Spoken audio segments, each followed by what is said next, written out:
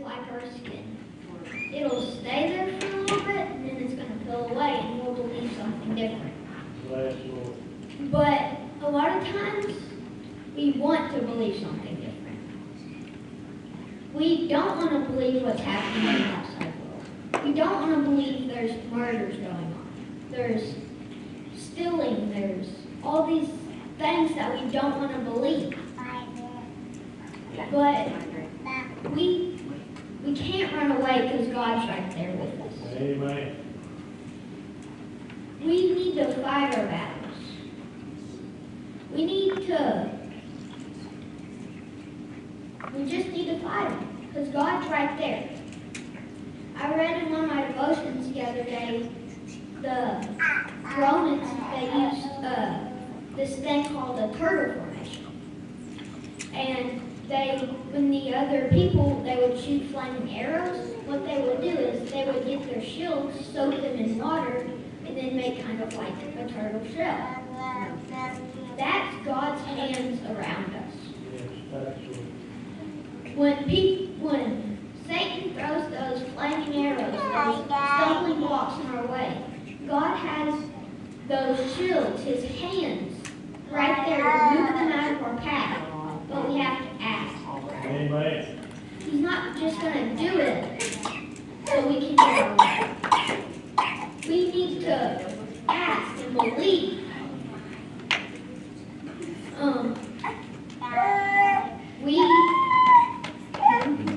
The turtle formation is so that they can push forward so they don't get hit. But sometimes God opens up that shield a little bit so we know what it feels like. So we don't always just have it our way with that protection. We need to know what it feels like to hurt. And for God, that hurts more than it hurts us. It hurts him to see his children hurt. Yes. But it's for a good reason. This is going to sound like it's not true, but some people, they get into cancer for the right reason. They get it so that it leads them to God. Some people may not know God, but when they get cancer and they hear about it, they're like, oh man, I never realized this. I need to ask God for forgiveness. It works out for the good. Sometimes I don't think that God protects me. Sometimes I just feel like alone. But he's there. We're never alone. Amen. You just have to ask God, I need you right now in this time and place. I'm hurting, and I need your forgiveness. Yes, Lord. God will never put you down. He's not going to say no. Just like Brother Dave said this morning, he's not going to say, I told you so. You're not supposed to do that. I'm not going to forgive you. He will forgive you. You just need to come ask him. He doesn't expect everything from you. But he expects belief. If he gives you something and you say, you can't negotiate with God. You can't say, I'll pray with you. I'll do something in the church one day. I'll give extra tithes one day if you give me this. Come on. That's not how blessings work. That's right. We get, a lot of times they're blessings in disguise. Sometimes, something that we don't like is a blessing in disguise. Somebody that we don't like, somebody that makes you angry is a blessing in disguise. Because eventually, you're going to fall down on your knees and say, God, help me with this person. God, please forgive me for what I've said about this person. It's a blessing in disguise. That's the title of my message tonight, is a blessing in disguise. Amen. A lot of times, we don't see things. People don't believe things because they can't see them. but that doesn't mean it's not there. Yes, Lord. Just because we can't see God doesn't mean He's not there. If there's just a few of us in the church house, may 2 or 3 gather together, His word shall be in heaven. Amen. Praise the Lord. We may be few on numbers, but that's not, numbers aren't what count. Come on. It's the people in the church that count. Not the number of people, but the people that actually believe. We can say stuff, but not do it. Like we can't negotiate with God. Just like I said earlier, we can't negotiate. We can't say, if you do this, I'll do this. That's not how it works. We can't do that because a lot of times we'll say we'll do something, but then we'll either forget or just not do it. And then say, oh, I forgot. A lot of times there's a difference between actually forgetting and forgetting. A lot of times people don't really forget, but they like placing the blame on other people and say, well, I told them to do this. I told them to do that. Come on. But really it's our fault. There's one major thing that really gets a lot of people. It could be when they're young, but when they grow up, they'll really feel it. It's guilt. Guilt that when they were younger, they were supposed to do something that they didn't and then blamed it on somebody else. And they got in big, big trouble when it should have been them. If they could just go back in that moment in time and change things. That's when we need to go and actually ask for forgiveness.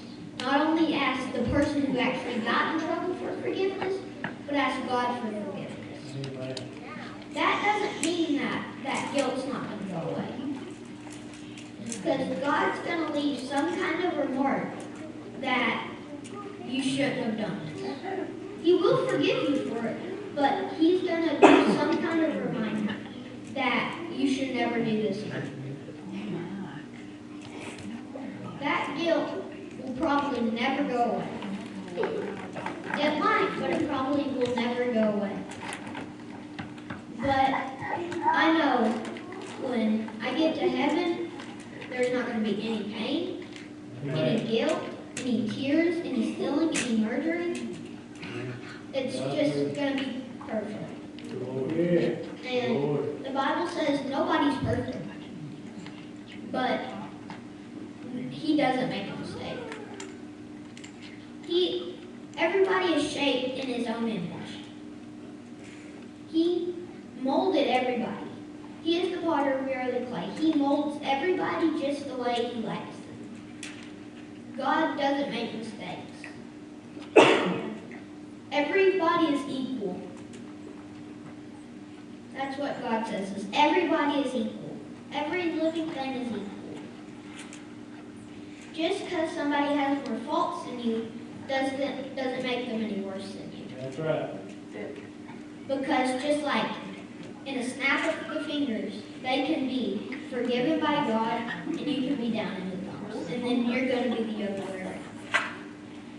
A lot of times we get jealous because we want things that other people have.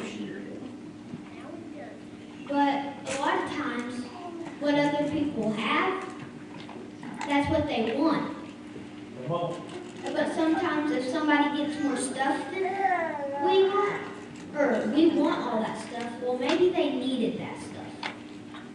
Think of new clothes, just new clothes. Well, I want that stuff.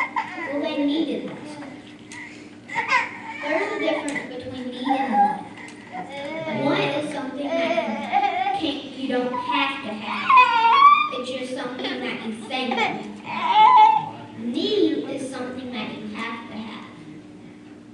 We need food to live. Amen. We need air to live, to breathe. But when we take our last breath, it's going to either eternity in hell or eternity in heaven. In hell, it's going to be really hot. People that don't like cold weather, well, it's going to be way too hot for you down there. Amen. Then you're going to want cold weather. But you can't get a single drink. You can't get anything, any substance at all. Imagine eternity there. How bad would that be? But then think of eternity in heaven. Weigh them and see which one's better.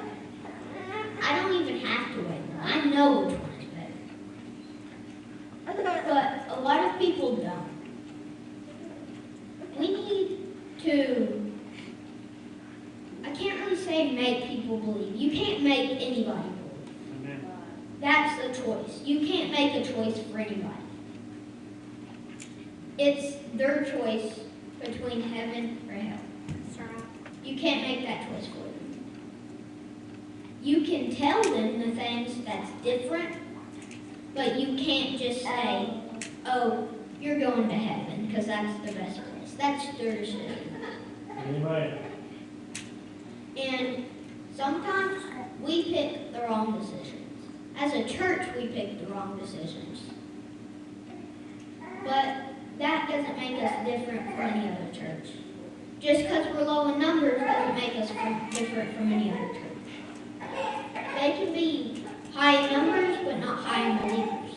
We can be low in numbers, but high in believers.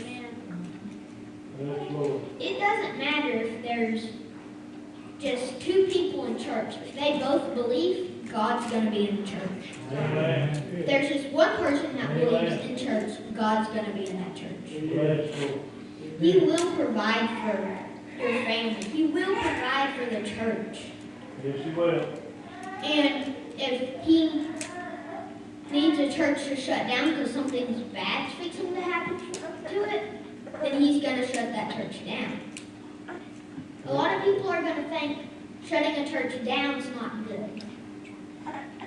Well, getting killed is not killed. Getting killed. You're right. Well, if you die, that's not good either. Yes, Lord. I'd rather be on my knees praying to God Yes.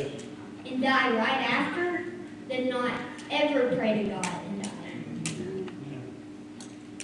I'd rather just say one prayer than not say any prayer, even if it wasn't for me. If it was just one prayer for somebody else, just think about it. Who would it be for? Because a lot of times we pray for ourselves that we're doing so bad. Can you lift me up, God? I need your help. I need these things. Some people, they don't have beds. They don't have clothes. They don't have water. Do we really need all those things that we have? It pleases us. I have a lot of things that please me. And I do it. I do stuff a lot. And I'm thankful for all that stuff. But do we really need it? We need one thing in life, and that is Jesus. Amen. That's all you need. Yes. If you have Jesus, He will provide. You need Jesus. That's all. And eventually, not eventually, now, the past, the present, and the future, God has reigned over Satan. He's getting atheists to believe. I'm going to close with this. But on the news, somebody came over the radio. They said, I'm touched by your songs. It was on Caleb, I'm touched by your songs. But the weird thing is, I'm an atheist. See, it doesn't matter whether God comes to you through songs, through sports, through anything. Through school, doesn't matter. But I just want to ask one question. Do you believe in God? Amen.